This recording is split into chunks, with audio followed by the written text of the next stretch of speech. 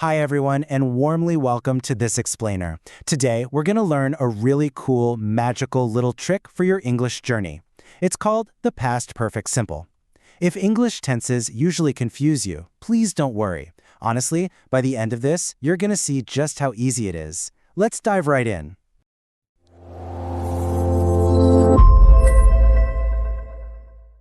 So, tell me, have you ever had two things happen to you in the past, but you just weren't sure how to explain them in the right order?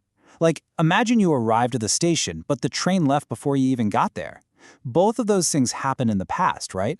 But how do we explain which one happened first without confusing people? Well, I have the perfect solution for you. And that solution is the past perfect simple. Now, officially, this describes an action taking place before a certain time in the past. But honestly, you just need to remember one simple phrase. It is the past of the past. That's literally it. It's just a little time machine that tells us which action is the oldest. Okay, let's look at this visually. Imagine right now is the present, over on the right side. Now, look back at the past. We have two actions. Action 2 is, I came here. But before that, way back in time, we have action 1. I had spoken to Jack. That phrase, I had spoken, is the oldest action. It really is the past of the past. Now you might be wondering about the grammar, but the formula is incredibly easy. Look at this table. Notice how there are absolutely no differences for the subject. I, you, we, they, he, she, it. Every single one just uses the word had. Positive, I had spoken. Negative, just add not, so it's I had not spoken. And for a question, you just switch the order. Had I spoken? See? You just use had plus your action word. Easy, right? So, what about that action word? There are basically two ways to form it. For irregular verbs, we use the past participle.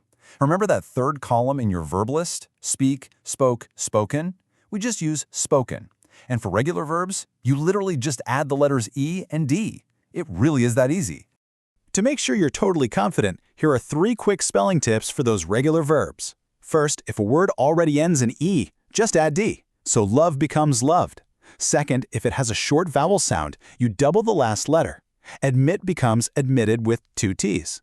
And finally, if the word ends in Y after a consonant, just change that Y to an I, so hurry becomes hurried. Let's put them side by side to really compare.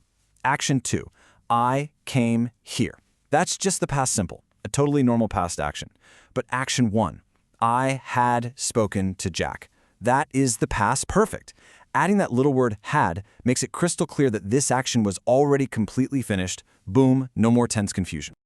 I also want to give you some secret clues. We call these signal words. Words like already, just, never, not yet, once, or until that day. These words are big hints. They instantly tell you, hey, this is the past of the past. So if your friend says, I had already eaten, you instantly know that eating happened first. Now here's a fun bonus trick for you. You can actually use the past perfect to imagine a past that didn't even happen. Like this, if I had seen him, I would have talked to him. The reality, you didn't actually see him, but using had seen lets you imagine a totally different story. It's a really smart way to express your thoughts. All right, time for a quick quiz. Let's test your new skills. Look at this sentence. Before I came here, I had spoken to Jack. Tell me, which action happened first? Did you come here first or speak to Jack first? Have you guessed it? Yes, I had spoken to Jack absolutely happened first. That magic word had proves it. You did such a great job today. See, English grammar is actually really simple when you have the right tools. Follow Learn English with Dea for simple English lessons. But before you go, I want to leave you with this final thought. If you had learned this simple little trick years ago, how many confusing conversations would you have totally avoided? Think about it. I'll see you in the next explainer. Learn deeply. Speak naturally.